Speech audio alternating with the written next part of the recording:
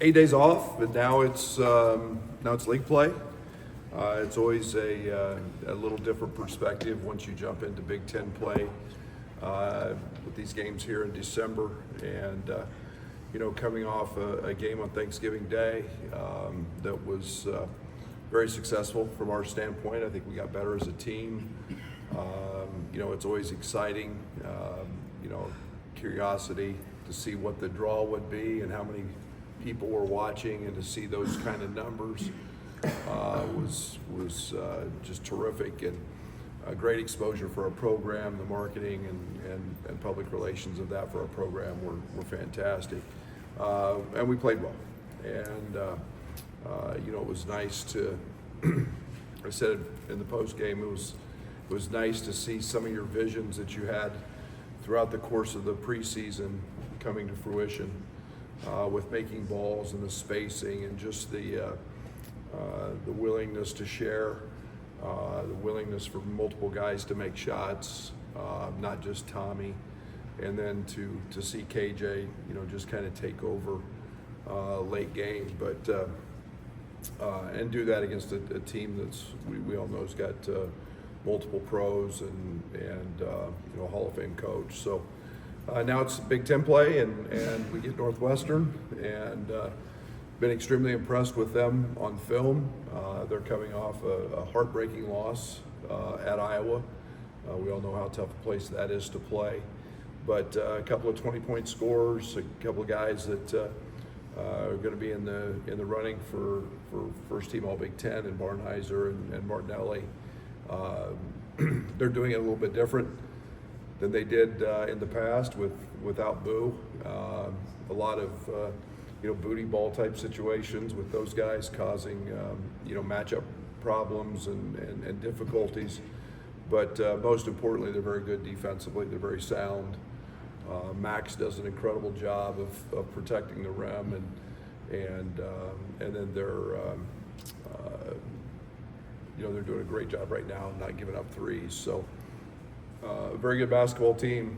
Chris does an unbelievable job, and a team that I laughed when I saw where they were picked in the preseason, knowing that the guys they've got back. So a much better team than that, in my opinion. So we'll have to play well. It's always a great environment in Evanston, and we'll be excited to see see if we can keep growing and keep playing to the best of our abilities. Brad, you've talked a lot about Collins' defense, but offensively, what does he settle into? Getting the free throw line, seems like he's getting the rim a little bit more. What's he brought there? Yeah, we've really challenged him all along with making the free throw line, a friendly place to be, and a place that he wants to be. He's big and strong. He can take multiple hits. He's crafty. He's got good athleticism, it's just slowing down. It's comfort. It's understanding.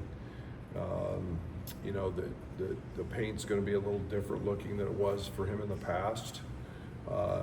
Making rim decisions, and being effective making those decisions. So, when you look at the free throw line as an ally and not something you want to avoid getting fouled, he's been very resourceful in doing that, and I think he can continue to grow his game as he gets to the foul line 8-10 times a game. You said you were seeing some of what you envisioned coming to life in the last few games. How much of that was the pick and pop game that's available to you now with Tommy? It's just a piece of it.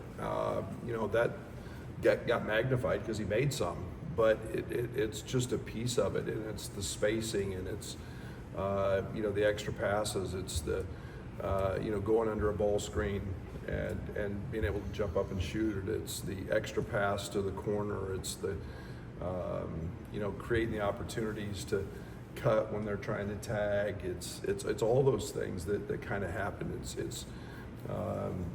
still being aggressive, being downhill in the paint. I think we're one of the top 25 teams and still in attacking the paint, and that's the ultimate goal. And then making the right reads off that. So the pick and pop sets a lot of that up. It distorts a defense when you've got a 5-man who can shoot, but that's just a small piece of what we were excited about. Now that Feast Week is over, I mean, do you like the one-off games like Alabama and Arkansas, or would you still be interested in a multi-game MTE in the future? I'm not going to go to 3-game multi-team events. I just don't see any value in that.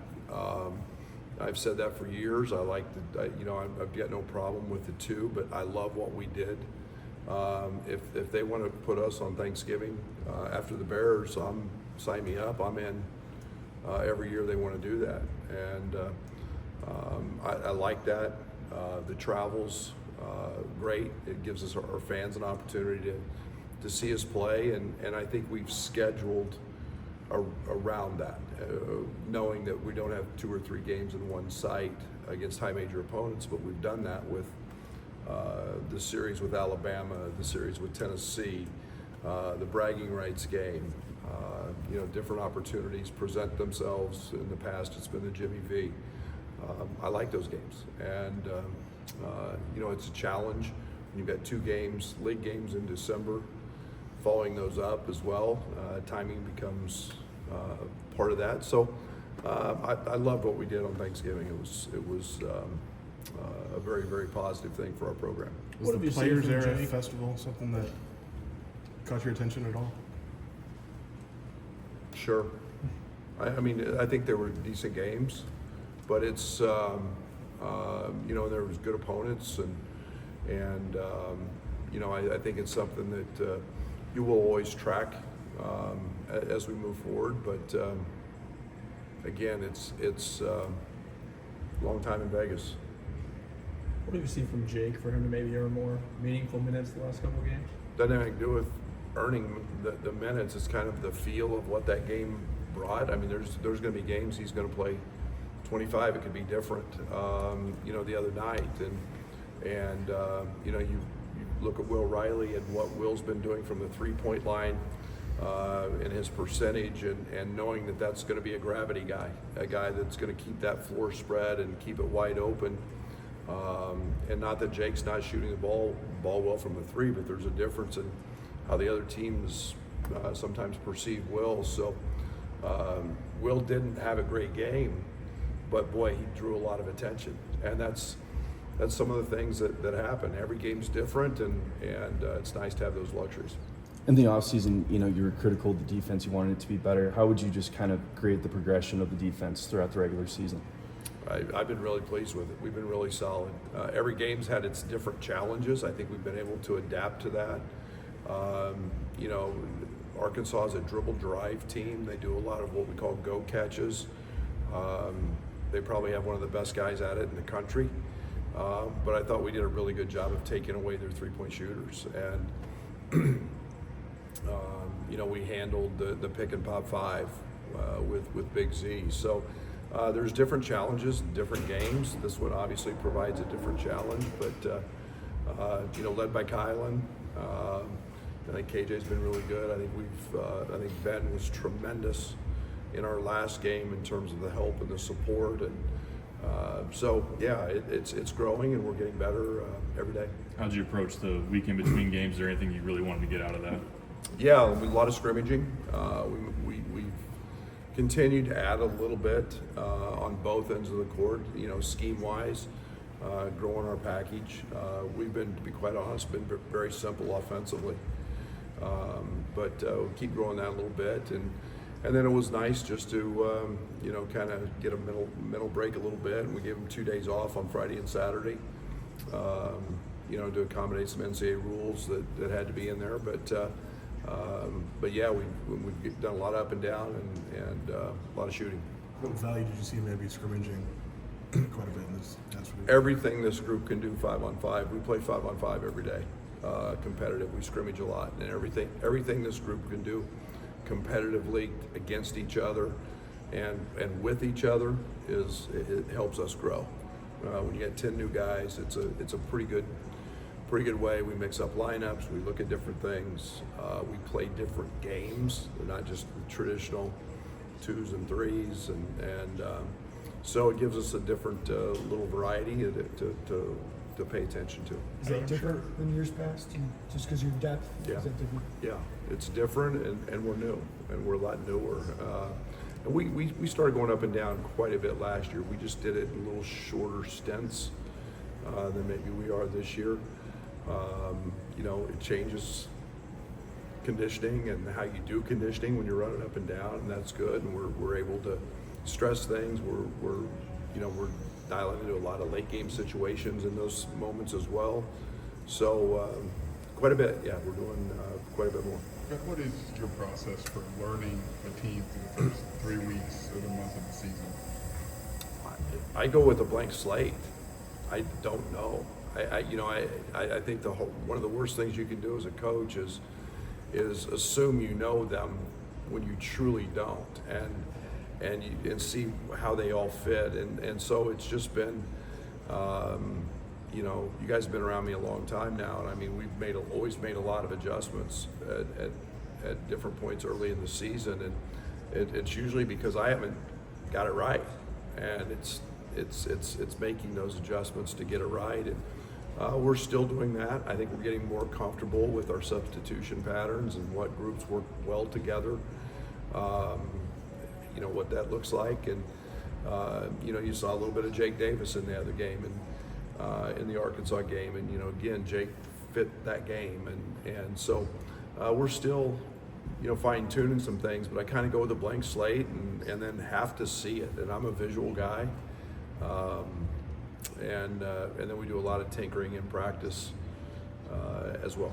How do you want your guys to kind of adapt to Northwestern in the way they defend people? Just doesn't seem like they're going to be real interested in letting you shoot 43s tomorrow night. I wish they would, but they're doing a great job. It's one of the changes they've made. Right. Last year they were a heavy help team. Probably in retrospect trying to protect Boo a little bit. Sure. This year they're going home, and they're playing. They're giving up a lot less threes. They did a great job in the second half against Iowa of not giving them threes. But you take what that game, what the game gives you. We're going to continue to space. We're going to continue to see, what their coverages look like. They do a great job of just being in front of you, and making you shoot over them. And it's always been one of the beauties of their defense is it's very, very sound in its initial shell. You didn't see a lot out of Trey against Arkansas. What do you want to see against him against Northwestern? Yeah, on the glass, he's a guy that he has that great week of practice. He's been very, very active. Defensively, he's a guy that we have a lot of confidence in. He's a guy that can make shots. He's a guy that can drive it. And we'll see, how that game plays out and what that looks like. But I'm expecting a really, really nice night for him. What have you seen with Martinelli's progression? A guy you're probably pretty familiar with as a prospect playing with Ty on Main Street. So what have you seen in the player he's become? Yeah, he's so versatile. He's big, he's strong, he's a guy that scores it in a lot of ways. I think everybody knows he's left-handed. He's got a nice left-handed jump hook. I think everybody might have questioned in high school his ability to shoot a three. He's a good three-point shooter. He's letting him go. He can play on the ball as a point guard and handle it, and yet he can get down on the blocks and be as nasty and effective down there as he is anywhere. So I love his versatility. He's turned into a really, really good high major player, and you average 20 plus points a game in at this level, you're doing a lot of things really well. What's Ben shown you in a month's worth of games? Really good player. Really good player. Both ends, smart, cerebral, doesn't do anything that he can't do. Really good player. Tomorrow's the official first road game of the season. What do you tell you guys about Welsh-Ryan and how challenging that's been? It's always been that. The Illinois Northwestern game has always been a festive environment, a great challenge like they all are in this league. You've got to be tough. We've had some tough losses in there. Last year was one of them. It's an 8 o'clock game on a Friday night. I can imagine that the student section will be pretty riled up and may have some feel good in them at that time. But it's always loud, it's rowdy, and it makes for a great college atmosphere, and it's a fun game to be a part of, and we got to tune that out. We've got enough issues with Northwestern and the guys on the court, but yeah, it's just a great college environment. Northwestern is one of the teams you'll see twice. I guess, how do you envision the 18 team Big Ten playing out in basketball? I don't know. I think right now you've got the two Michigans, and Oregon have won on the road. I really look at it that way. I don't know. We don't know how travel's going to impact things. I am really trying to keep it literally as simple as I can. Pay attention to the net, pay attention to Ken Palm, not worry about anything else. Make sure our stuff is wound solid and we're tight, and it's you're going to see discrepancies in strength of schedule. All of that's going to probably play out. It has in football. It's a conversation point. I'm not worried about that. I just want game by game, day by day, us to get better and keep moving in the right direction. I think we've got all of our games maybe right now up to Washington or Quad 1 games. So other than Chicago State, and so that's pretty good strength of schedule. That fares pretty well for the net. So we just got to continue to get better and win them and take it game by game. With Ben, I know rebounding was a conversation you guys had in elevating that this offseason. How have you seen him, and how do you keep pushing that envelope forward? He still has to be better, and he's 6'9", and I'm going to be unrelenting on guys that are 6'9", and they got to rebound the basketball. But when he rebounds it, he's got the ability to push it in the break. He's a one dribble, two dribble outlet guy. He's around it. He's making a concentrated effort to be that guy. I love that about him. He's cerebral, and he's as assignment sound as anybody we have, and I appreciate that. So, defensively, his man may not get it. Somebody else needs to clean it up because he may not get it, because he's blocking his guy out. So, but we're working on that, and he's doing a great job thus far. Okay, this will be the last one if we have one. Coach, you lost a friend, Dan Devine. I wonder if you could tell me what he means to you and to this place and to Kansas State, probably. Well, obviously shocking news, and I think it brings mortality into perspective. You don't think of guys. I don't think of myself as old, and man, we sat in the cafeterias together, training table at Kansas State, football player there when I was a basketball player there.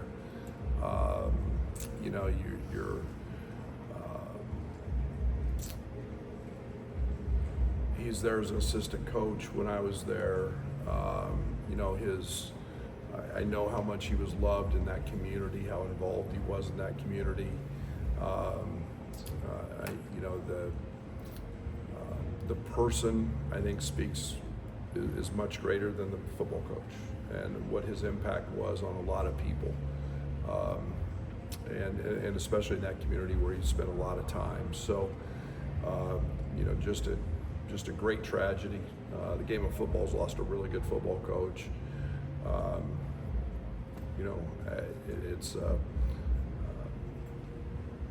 It's really tough. It's really tough, and I feel for his family. Our thoughts and prayers are with Julie and my son Tyler. Knows Winston very well, and his son, and what a great athlete he was. And it's hard to put it into words, and I can't imagine. Just tough. Thank you.